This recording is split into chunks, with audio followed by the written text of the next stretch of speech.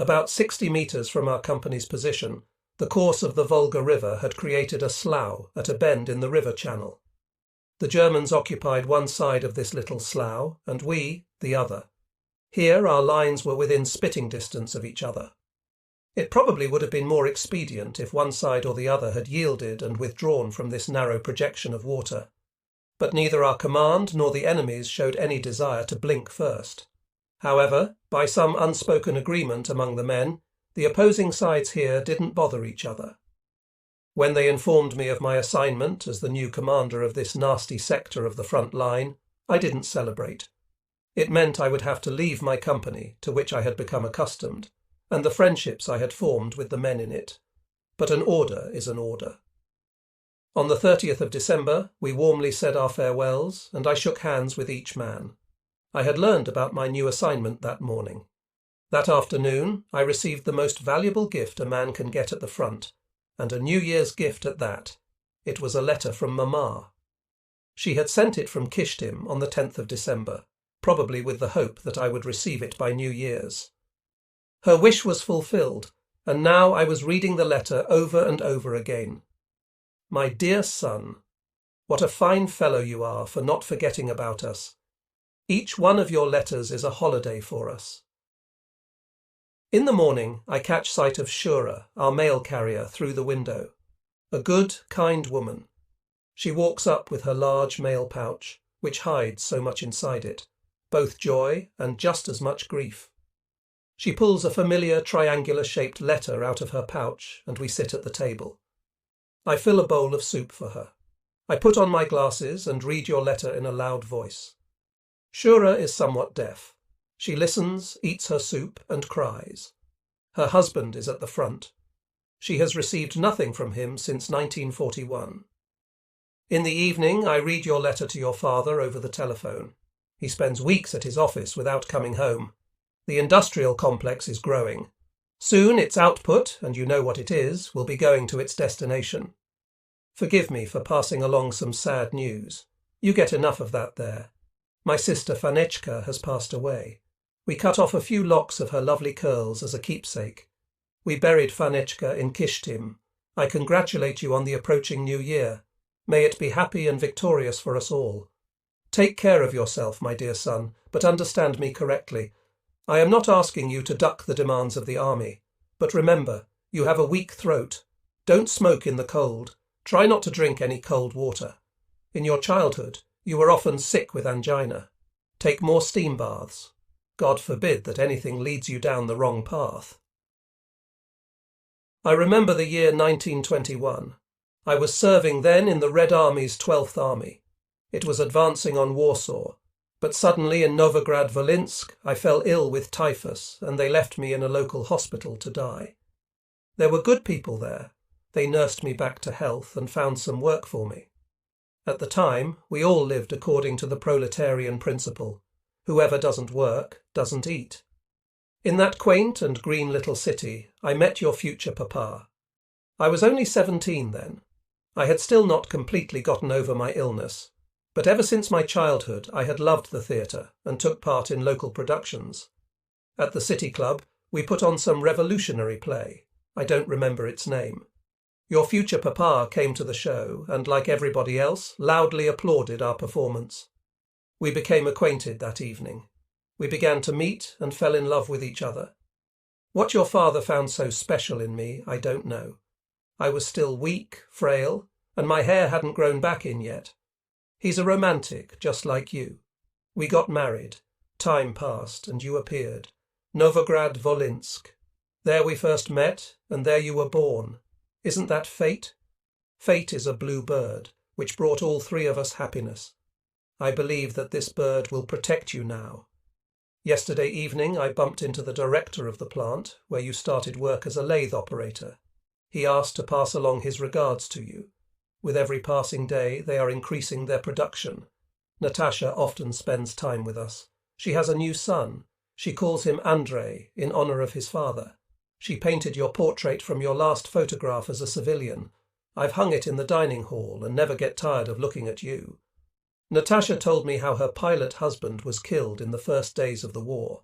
He had just fastened himself into the cockpit of an airplane and was about to take off, but never managed to do it. The German airplanes pounced. They found him dead in his destroyed airplane.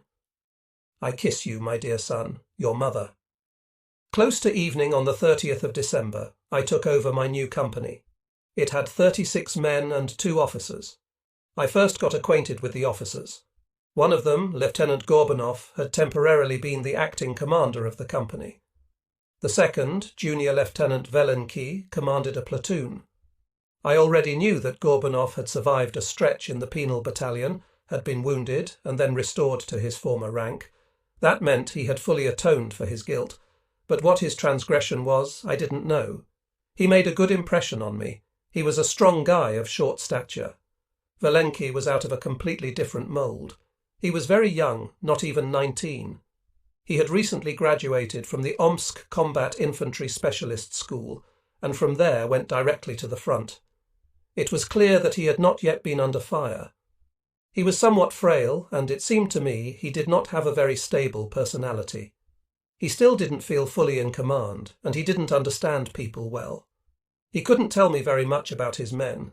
Understanding his own weaknesses, he was a nervous man prone to breakdowns. After our conversation, we took a tour of all the positions in the trenches. I cursorily made the acquaintance of the soldiers and managed to have a brief chat with only 2 or 3 of them. "Have you ever been in an attack?" I asked one. "All kinds of attacks," he answered. "It's good when the German buggers off when we attack, then it's everyone forward. If he doesn't, we leap into his trenches and have at him with the bayonet, the snake. Then Fritz comes to his senses and tries to chuck us out. If we don't have artillery support, we retreat, but as long as we have one heavy gun helping us, we kick the shit out of him." "You've been in an attack and survived. Good man." It didn't turn out that way for everyone. Apparently a trustworthy soldier, I thought. You can't go wrong with someone like him. This conversation calmed me down, but all the same I decided that the next morning I had to study the personnel files, change the company's routines, and urgently put my system in place. For the meantime, I asked Gorbanov and Wehrmacht to visit all the posts at night. I returned to my command dugout. Extreme fatigue drew me to my bunk. Tomorrow was the last day of 1942. I'd spent a full year in the army. How naive and stupid we had been to believe that the war would soon end. Now I knew that with patriotism and a rifle alone, you couldn't take the enemy. I thought back to my arrival at the specialist school a year ago. The empty barracks, WWII, his songs with the guitar. How many of us were still alive? Yet nevertheless, tomorrow without fail, I'd greet the new year with the soldiers, and we'd organise a fitting salute. Just then, the junior lieutenant burst into my dugout like a whirlwind. His face was pale, his coat was unfastened, and he wasn't wearing his fur cap. I immediately understood that something serious had happened. "Comrade Company Commander!" he almost shouted. "It's a disaster! A terrible disaster! A desertion! 2 of them! One of the old guys and a new conscript!" I sprang to my feet. Sleep disappeared in a flash. We rushed into the trench. 2 fully operational and well-maintained rifles and a Komsomol card were lying neatly on the breastworks, lightly powdered with snow. It seems I had met these, I couldn't bring myself to say the words, now former soldiers. They had greeted me affably when I had come by their post. Where were they from? How and where had they fought? What were their names? I knew nothing about them. The old soldier must have persuaded the new conscript, the Komsomol member. The latter, I suddenly remembered, had been whining about something, probably as a diversion. It seems he was saying he hadn't been paid in 3 months. Yes, my inner voice had misled me. I looked at the abandoned rifles and suddenly felt queasy. A group flight, that meant the penal battalion. It had to be that way. We quickly got organised. Lieutenant Gorbanov hurried out with a group of men. I left the dugout last, moving along with Wehrmacht and 2 soldiers. But I realised that even the fastest pursuit could not reach the deserters in time. On the way back to my dugout, I met a familiar, almost dear face in the dark. He was a soldier from my company. He was hiding behind a bent tree.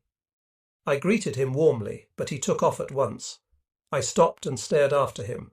"Drink up, Comsorg! You did your duty honourably, and I can see you're frozen." I tasted cognac for the first time. I could feel the warmth of the noble drink spreading through my body. I forgot about my angry tirades and